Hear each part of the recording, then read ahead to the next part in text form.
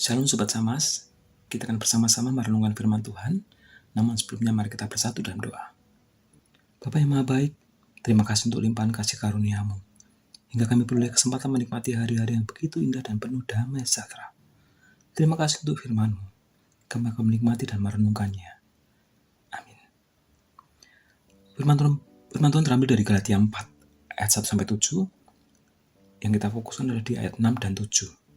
Demikian bunyi firman Tuhan.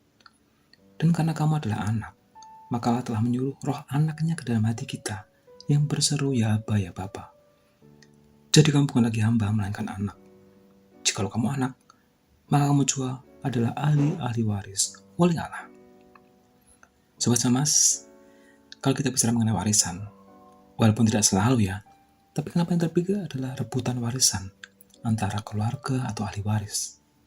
Mungkin persoalannya karena mendiang menjanjikan hal yang tidak sama kepada para pewaris, atau karena ada anggota keluarga yang merasa lebih berhak, sehingga tidak jarang permasalahan ini sampai ke ranah hukum.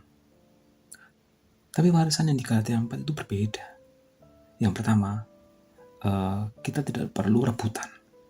Dan yang kedua, warisan dan ahli warisnya tidak dapat digugat. Sama hari ini mengambil tema ahli waris. Bagaimana kita bisa jadi ahli waris? Ya, yang pasti adanya relasi kerabat, ortu dan anak. Dalam firman disebutkan, ya Aba, ya Bapa, dan adanya relasi Bapa dan anak. Sebutan ini sebelumnya sudah digunakan Tuhan Yesus dalam doanya di Taman Getsemani.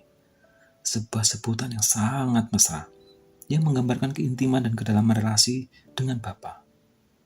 Kali ini, Rasul Paulus mengingatkan kita untuk berseru, ya Aba, ya Bapa, dalam doa-doa kita di dalam komunikasi kita dengan Tuhan. Sungguh, ini adalah sebuah hak istimewa.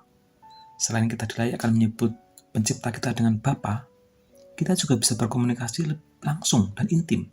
Kita bisa secara terbuka ngobrol, curhat dengan Bapa. Kita bisa berdiam dalam hadiratnya dan menikmati relasi dengan Bapa. Sobat Samas, kekristenan itu melampaui arti sebuah agama. Kekristenan itu mengenai hubungan yang dipulihkan antara manusia dan Allah. Nah, dari relasi inilah kita mendapat anugerah yang begitu agung dari Bapa, yaitu warisan. Warisan apa yang kita terima? Yang pertama adalah ahli waris kerajaan Allah. Tujuan kematian dan kebangkitan Yesus adalah untuk menyelamatkan kita dari maut.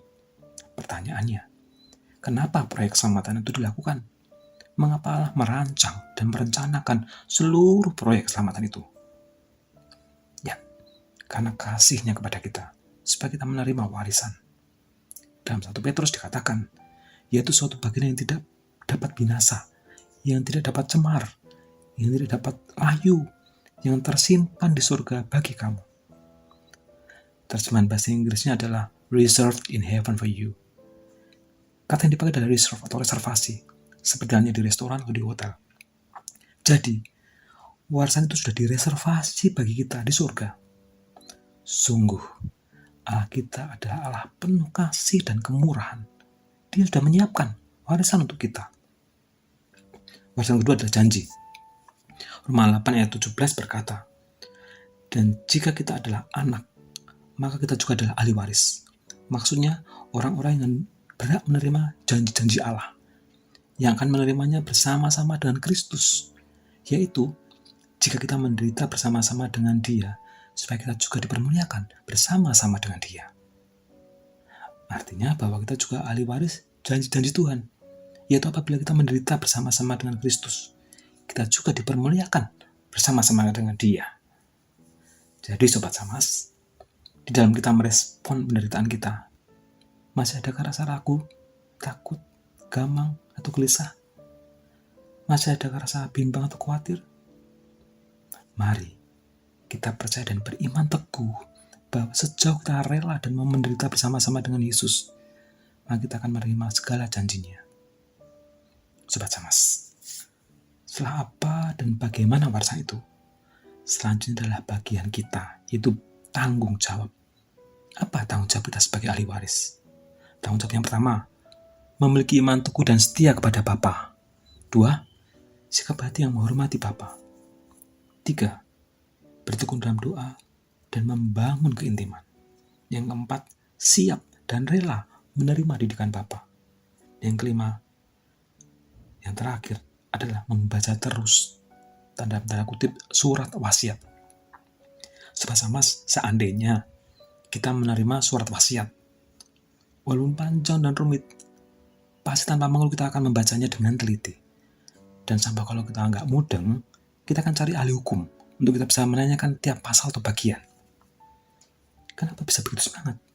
Ya karena ada janji yang tertulis dalam wasiat itu. Sobat Samas, saya menggambarkan firman Tuhan itu seperti halnya surat wasiat yang Allah tinggalkan untuk kita. Pesan untuk saya dan Anda. Mari kita bergairah membaca surat wasiat itu. Mari kita bergairah membaca dan memahami firman. Jika ada yang sulit kita pahami, mari kita bertanya kepada yang lebih mengerti. Pertanyaan terakhir, kapan warisan itu diberikan? Mari kita bandingkan perbedaan antara warisan di bumi dan di surga. Di dunia, kita menerima warisan pada saat orang tua meninggal. Namun, Allah Bapa kita kan abadi, kekal, dan tidak takut oleh maut. Jadi, kapan kita menerima warisan yang diberikan oleh Allah? Sudah terkasih, warisan surgawi menjadi milik kita saat kita yang meninggal. Itulah sebabnya, sebagai anak Allah, kita percaya bahwa kematian sebenarnya adalah mewarisi. Kematian bagi orang percaya bukanlah kehilangan segala sesuatu, bukan, tapi adalah jalan untuk memperoleh segala sesuatu. Mati adalah keuntungan. Saudara terkasih, selama kita masih diberi kesempatan hidup di dunia ini, mari kita gunakan kesempatan yang ada untuk lebih mengenal Bapa dan firman-Nya. Dan mari menjadikan keintiman dengan Tuhan sebagai tujuan hidup kita.